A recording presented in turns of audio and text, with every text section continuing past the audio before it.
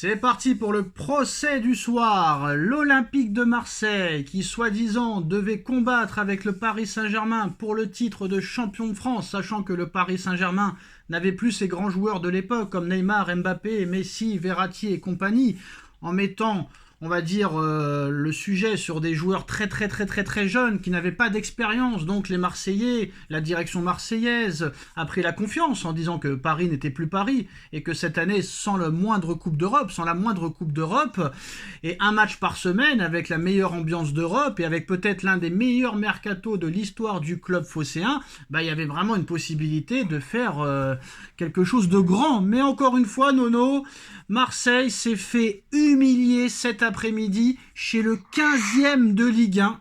Après les défaites cuisantes à l'aller comme au retour contre Auxerre qui jouait un petit peu les milieux bas de tableau. Ce soir 3 encore une fois contre Reims.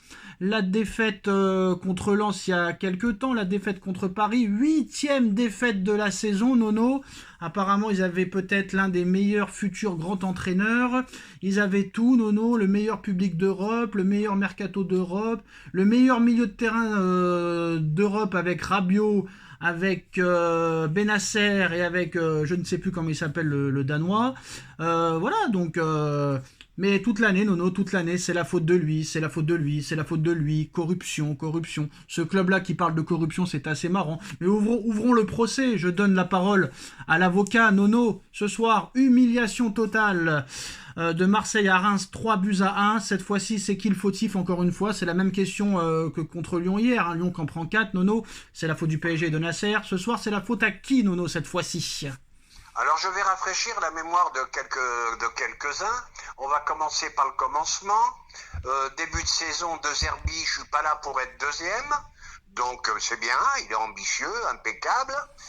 Si presque là à la fin de saison, mais le classique ça n'existe plus, il y a une trop grosse différence financière, d'accord?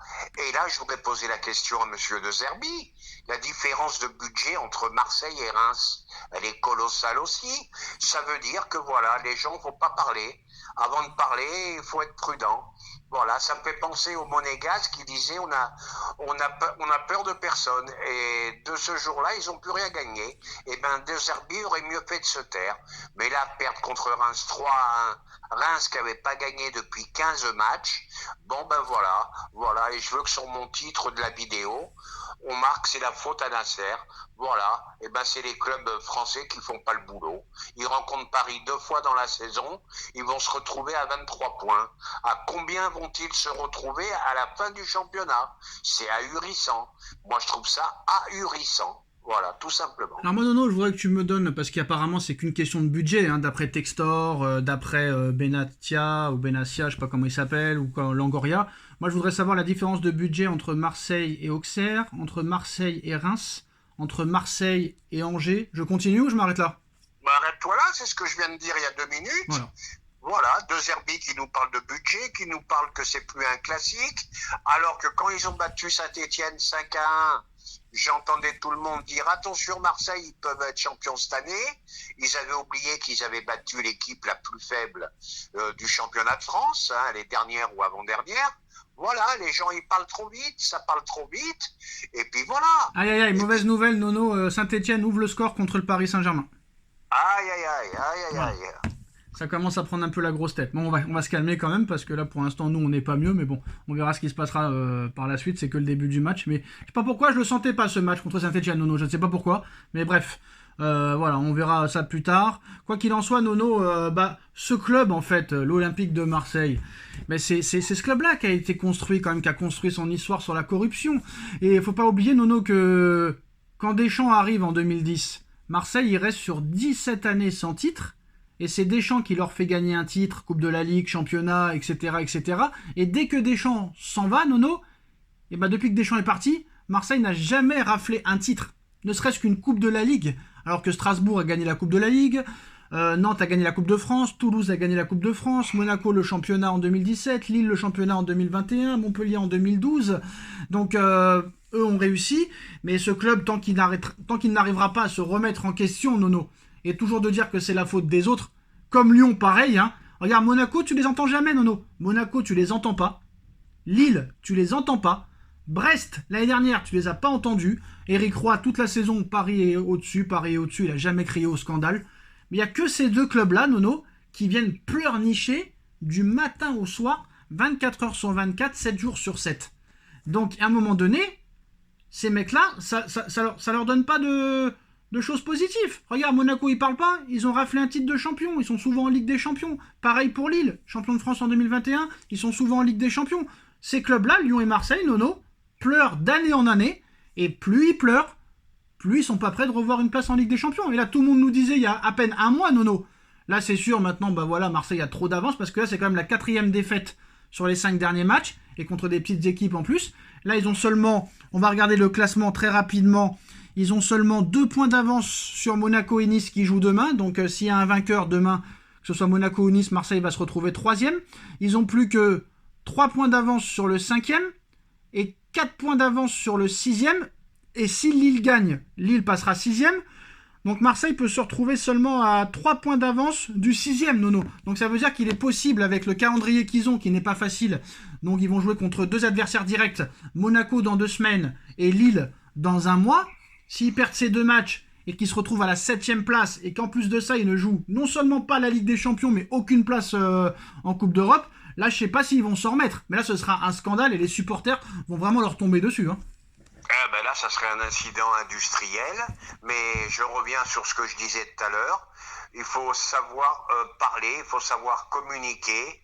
De Zerbi, je le répète, je suis pas là pour être deuxième, et il s'est vu à la rue, et d'un seul coup, sa défense, il y a une différence de budget, et la différence de budget, t'en prends 3 contre Reims.